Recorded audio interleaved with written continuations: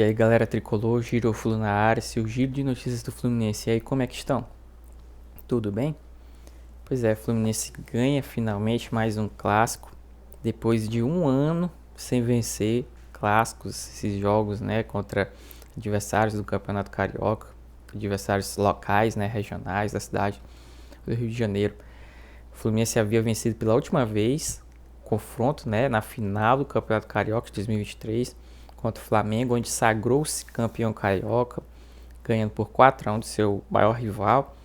E depois desse grande jogo, né, desse grande momento, o Fluminense teve muitos tropeços, empates, derrotas e finalmente volta a vencer contra o Vasco. Mas antes de entrarmos, né, nesse assunto e em outro assunto que iremos debater nesse vídeo também, queria pedir a cada um de vocês que possam estar, né, se inscrevendo no canal, quem estiver gostando, que possamos, né, interagir, crescer essa comunidade de torcedor do Fluminense aqui no YouTube. Estamos presentes também no Instagram, Facebook, no TikTok e também no Twitter, que atualmente é chamado de X, e todas as redes sociais como Giroflu. Você apenas pesquisa Giroflu e encontrará nossas redes sociais, tudo bem? Pois é, o Fluminense vence mais um jogo, vence um jogo importantíssimo, tanto no aspecto, né, das vitórias em clássicos. O Fluminense havia ficado sem vencer 13 partidas, 13 jogos sem saber o que era vitória, e também por conta do encaminhamento da temporada, né? Essa temporada, começo de temporada bem difícil, o calendário do Fluminense, jogos clássicos no Campeonato Brasileiro, Libertadores, Copa do Brasil chegando logo mais também, e uma derrota nesse jogo sábado, né, contra o Vasco, poderia piorar muito o ambiente para o Fluminense. Então essa vitória foi fundamental para o tricolor. A gente pode avaliar essa vitória também como a evolução, né, do trabalho do Diniz como um todo. Até mesmo se a gente for avaliar considerando as últimas partidas do Fluminense, a gente vai ver que o Fluminense tem melhorado, né, tem progredido, né, a questão da evolução tática do time como um todo, e isso pode ser justificado por conta do início de temporada do Fluminense, que praticamente o time titular não teve uma pré-temporada adequada. Lembrando que o Fluminense foi o último time, né, do calendário brasileiro a entrar de férias. Então, ao mesmo tempo que o Fluminense estava estreando no Campeonato Carioca, o time titular estava retornando de férias. Então, praticamente não teve um período, né, para que pudesse readequar, colocar os jogadores em condições físicas para ter uma temporada, né, que a gente sabe, o calendário brasileiro é um calendário muito cheio, e inclusive esse ano vai ser um pouco mais puxado em virtude da Copa América, onde o Campeonato Brasileiro não será paralisado por conta dela. E aí o Fluminense teve um primeiro tempo muito bom, envolvendo o adversário, tendo mais imposição, né, troca de passes envolventes e um futebol mais centralizado, um futebol mais vertical, coisa que a torcida vinha reclamando. E se a gente for ver, o Fluminense tem esse estilo, né, de jogo, vai um pouco mais vertical. Então isso é muito bom, muito positivo para o Fluminense. E também a questão da marcação na saída de bola, o Fluminense tem investido nisso. Isso é muito bom também. Se a gente for lembrar o jogo contra o Bahia, o Fluminense marca o gol forçando o erro adversário na saída de bola. Então isso é importantíssimo, ainda mais no futebol moderno que é hoje. E aí o Fluminense foi tendo essa imposição técnica e tática e conseguiu marcar o gol, né? Um gol de centroavante do Paulo Henrique Ganso. Isso é algo assim inédito na carreira dele, eu acredito. Mas isso também é muito cara do Diniz, né? Embora tenha sido um gol cruzando a bola dentro da área, coisa que o time do Diniz não faz tanto, ainda mais bola aérea. Mas se a gente for ver a questão da rotação dos jogadores dentro do sistema do Diniz, um marcador saindo para entrar dentro da área, ou então um centroavante saindo para buscar o jogo, isso é muito coisa do Diniz.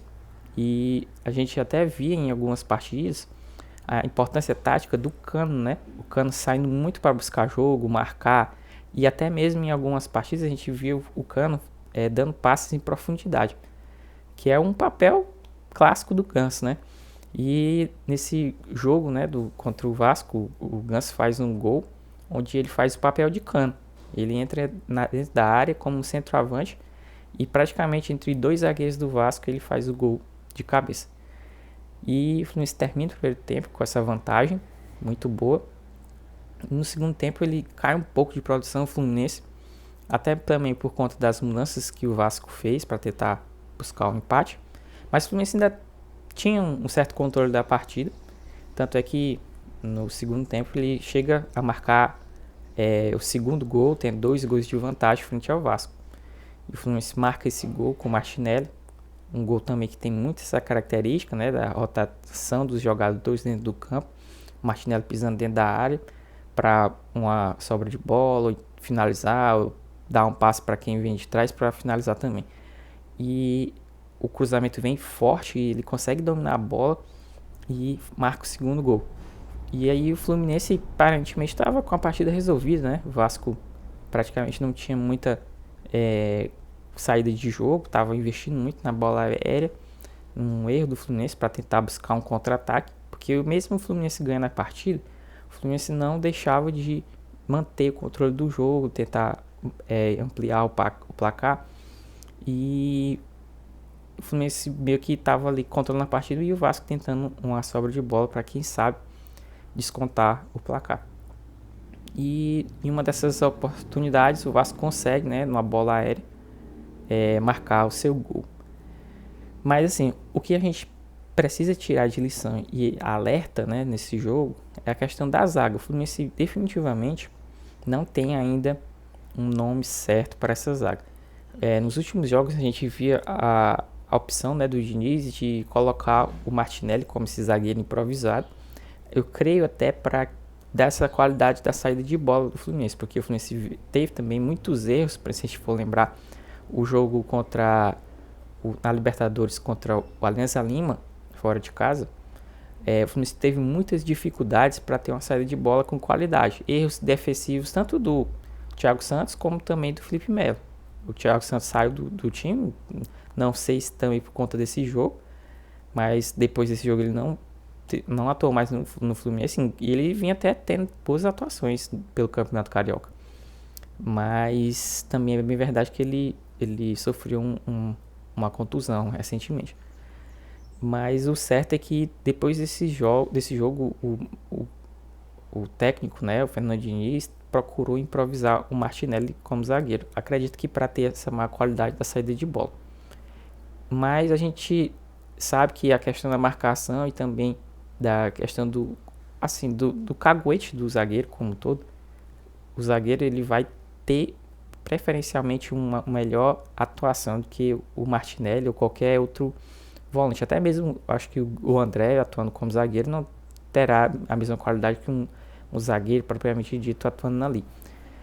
Mas é bem verdade que o Diniz insistiu muito nisso, e aí nesse jogo ele finalmente, né, colocou o Manuel dessa vez ao lado do Felipe Melo, mas o Fluminense ainda teve dificuldades. E no segundo tempo, né, com a substituição entrando o Antônio Carlos, né, o Antônio Carlos entrou totalmente desconectado da partida e quase entrega um passe, né, que ele meio que vira a bola cruzando ali a intermediária do setor defensivo do Fluminense, e não tinha ninguém do Fluminense ali para receber aquela bola, e o atacante do Vasco consegue meio que interceptar a bola e quase na verdade criou, né, uma chance de perigo para o Vasco, e o Fábio acaba fazendo a intervenção. Então o Fluminense precisa urgentemente de um nome ou de alguém que possa ser esse zagueiro de referência, esse zagueiro que chega para enfim ser titular do Fluminense. E até por isso que a gente pode falar agora desse nome, que é o outro assunto desse vídeo, que é o Thiago Silva. O Fluminense, todo mundo sabe, ele é o sonho de consumo do Fluminense para a temporada. E houve mais um capítulo dessa novela, agora nesse final de semana. O Thiago Silva deu declarações, a mulher dele deu também, que foi mais ou menos o seguinte: o Chelsea estava disputando esse final de semana uma partida válida pela Copa da Inglaterra contra o Manchester City. E nessa partida o Chelsea acabou sendo eliminado e a esposa do Thiago Silva colocou, né, um stories no Instagram com os seguintes dizeres: The Last Dance em Wembley, o estádio onde foi disputada a partida, que significa a última dança no Wembley, dando a entender que seria uma despedida, né, do Thiago Silva nesse emblemático estádio, né? E aí muitos torcedores ficaram naquela expectativa: será se agora ele vem? Será se ele vem? Porque também houve rumores que ele recebeu sondagens do futebol árabe. E para quem não sabe, eu até falei no último vídeo passado, o contrato dele está se encerrando agora em julho, ao final da temporada europeia. E aí há toda essa especulação: ele vai vir ao Fluminense ou não vai? E para também, né, aumentar mais ainda esse momento especulativo, ao final da partida ele foi entrevistado pelo Fred Caldeira, do TNT Esportes, e ele foi perguntado sobre a questão do que ele estava muito emotivo, né? As câmeras acabaram pegando ele meio que chorando no final da partida, após a eliminação. E o Fred Caldeira, que inclusive ele é tricolor, torcedor do Fluminense, ele perguntou se seria dessa vez, ou se ele viria ao Fluminense, né? Se ele retornaria ao Fluminense para o desfecho da sua carreira. E ele teve não respondeu ali naquele momento, teve foi até respeitoso, eu acredito que com a torcida do Chelsea, por conta do momento, a eliminação na Copa do Brasil, ou Copa da Inglaterra, a temporada muito inconstante do Chelsea na Premier League, que é o campeonato inglês, e ele não quis falar, ele apenas disse que a decisão já estava sido tomada e que ela seria exposta, seria divulgada, seria publicada nos próximos dias, aí para todo mundo saber qual que seria a decisão tomada, se ele ficaria no Chelsea, se ele iria para um outro time ou se retornaria ao Fluminense, porque o contrato dele se encerra agora, e aqui tudo indica, né, ele não renovará com o Chelsea, então as portas estariam abertas para que ele retornasse enfim para o Fluminense. E para quem não sabe, ele é um exemplo, né? Ele é um ídolo também na torcida do Chelsea. Inclusive, a própria torcida repercutiu muito essas imagens dele emocionado após a eliminação do Chelsea, né? Ele tem músicas a torcida tem músicas dele, tem bandeirões, enfim, é um cara ímpar na história do futebol europeu, se a gente for história do futebol europeu recente, né? E ele também é um ídolo também do Fluminense. Então é isso, galera. Fica aí, a novela não terminou. E fica o questionamento: ele vai retornar ao Fluminense? Ele vai voltar para resolver esse problema da zaga tricolor? Responda aí nos comentários. Saudações tricolores.